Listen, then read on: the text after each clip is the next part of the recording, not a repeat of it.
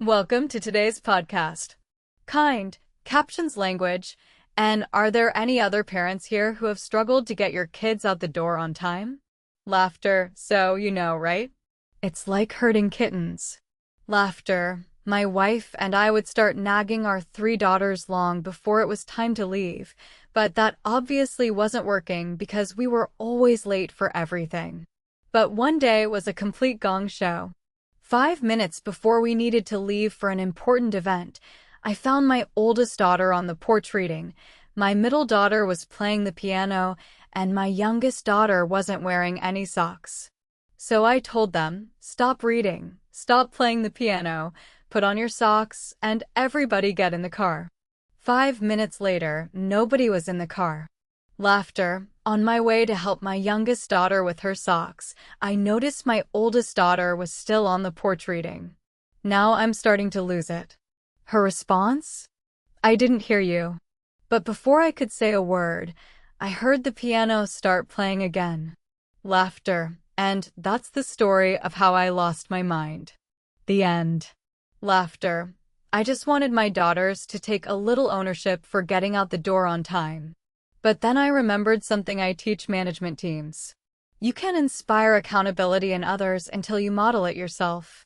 That's when I realized I wasn't taking any accountability for this problem. I was blaming it totally on my daughters. So I tried a different approach and looked in the mirror.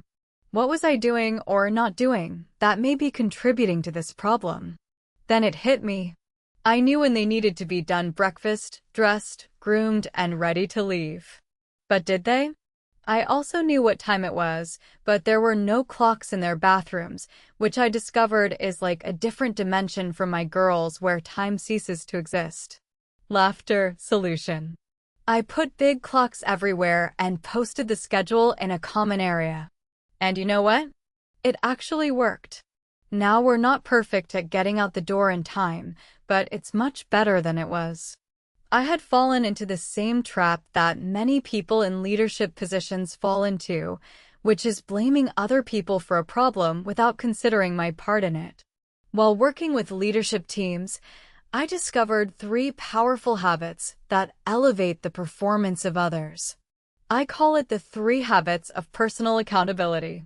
Habit 1. Don't blame. Habit 2. Look in the mirror. Habit 3. Engineer the solution.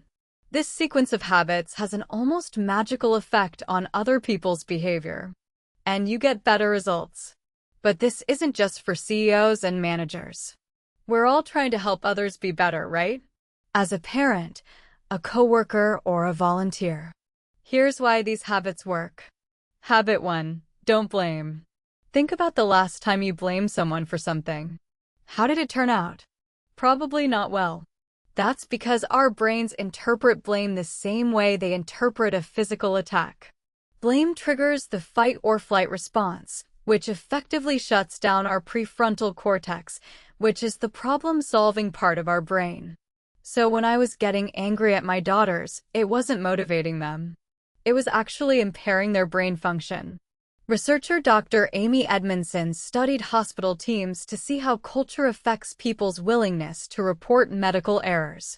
She expected that the high-performing teams would make fewer mistakes, but to her surprise, they reported more errors. Why? Because when people aren't blamed for problems, they're more willing to admit their mistakes and learn from them. But in cultures of blame, people hide problems or point their finger at someone else. No one is going to take accountability if they think they're going to be blamed for doing so. Blame destroys teamwork, problem-solving, learning, and initiative. In other words, blame kills accountability. So, what should we do instead? Habit 2. Look in the mirror. Most of us are really good at noticing other people's mistakes, but we're not so good at noticing how we contribute to problems. 1. Time. My assistant helped me mail out hundreds of expensive marketing packages to prospective clients. 3 weeks later, no responses. So I checked one of the cover letters. It read, "Dear Mr. Smith, insert company name here." Laughter. She missed one of the variable fields in every letter. thousands of dollars down the drain. Now she felt awful and said, "This is totally my fault." I was thinking, "You're darn right, this is totally your fault." Laughter. But then I looked in the mirror and I realized I didn't highlight any of the variable fields in yellow like they are in all our other templates. If I had, she couldn't have missed it. Now I'm not saying that every problem is my fault. But if I look closely enough at my problems, I can usually discover how my actions or inactions contributed to them in some way. This is a profound insight because if I can see my part in a problem, I can do something about it. The next time you encounter a problem, try this. Ask yourself, how may I have contributed to this problem? I taught these principles to a construction company and followed up a few weeks later to see how things had changed.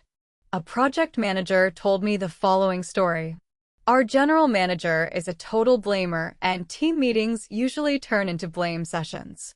But the week after you taught us these principles, that meeting went very differently. When our general manager identified a problem, he was about to lay into the person who he thought was responsible. But then he stopped, put his head in his hand for a moment, then looked up and said, "This is how I think I contributed to the problem." The mood in that meeting changed instantly. And then I saw something I have never seen before. Other people began raising their hands saying, "No, boss, it wasn't just your fault. This is how I think I contributed to the problem." When leaders acknowledge their part in problems first, it makes it safe for everybody else to do the same. And if nobody else follows suit, then you've earned the moral authority to ask, "And how may you have contributed to this problem?" Before others will allow us to hold them accountable, they must first see us hold ourselves accountable. Now, what if the cause of your problem isn't what you think it is? Habit 3. Engineer the solution. When bad things happen, our brains are hardwired to blame the person closest to the mess and ignore other causes. Fortunately, there's a fix. It's called systems thinking, which is noticing how environment and processes influence behavior. Systems thinking emerged toward the end of World War II, when the U.S. Air Force noticed that a lot of their planes were crashing without any mechanical problems. Their conclusion? Our pilots are idiots. Laughter, so they engaged some consultants to help them select less error-prone pilots. When the consultants investigated, they discovered they didn't have a pilot problem. They had a cockpit problem. For instance, pilots confused gear handles that looked and felt the same if they were located right beside each other. Or they mixed up controls if they were in a different position, in a different model of plane. Design better cockpits, the consultants concluded, and you'll have fewer crashes. So the U.S. Air Force engineered the solution by simplifying cockpit design. Similarly, when I stopped blaming my daughters, I noticed the environmental factors that were influencing their behavior. I engineered the solution by putting up clocks and a schedule so they had the information they needed to take the initiative. Instead of asking, "Whose fault is this?" ask, "Where did the process break down?" This question is your secret weapon to short-circuit the blame game and find sustainable solutions to your problems. Remember, you can't inspire accountability in others until you model it yourself. The next time you encounter a problem, test this sequence of habits and watch it change your outcomes. Don't blame. Look in the mirror. And engineer the solution. Be the change that you want to see in others. Our world is in desperate need of more people who take ownership of problems and solutions. In our workplaces, our homes, and in our society. And the secret is, as you model these behaviors, so will those around you. It's kind of magic. Thank you. Applause. Thanks for listening. See you next time.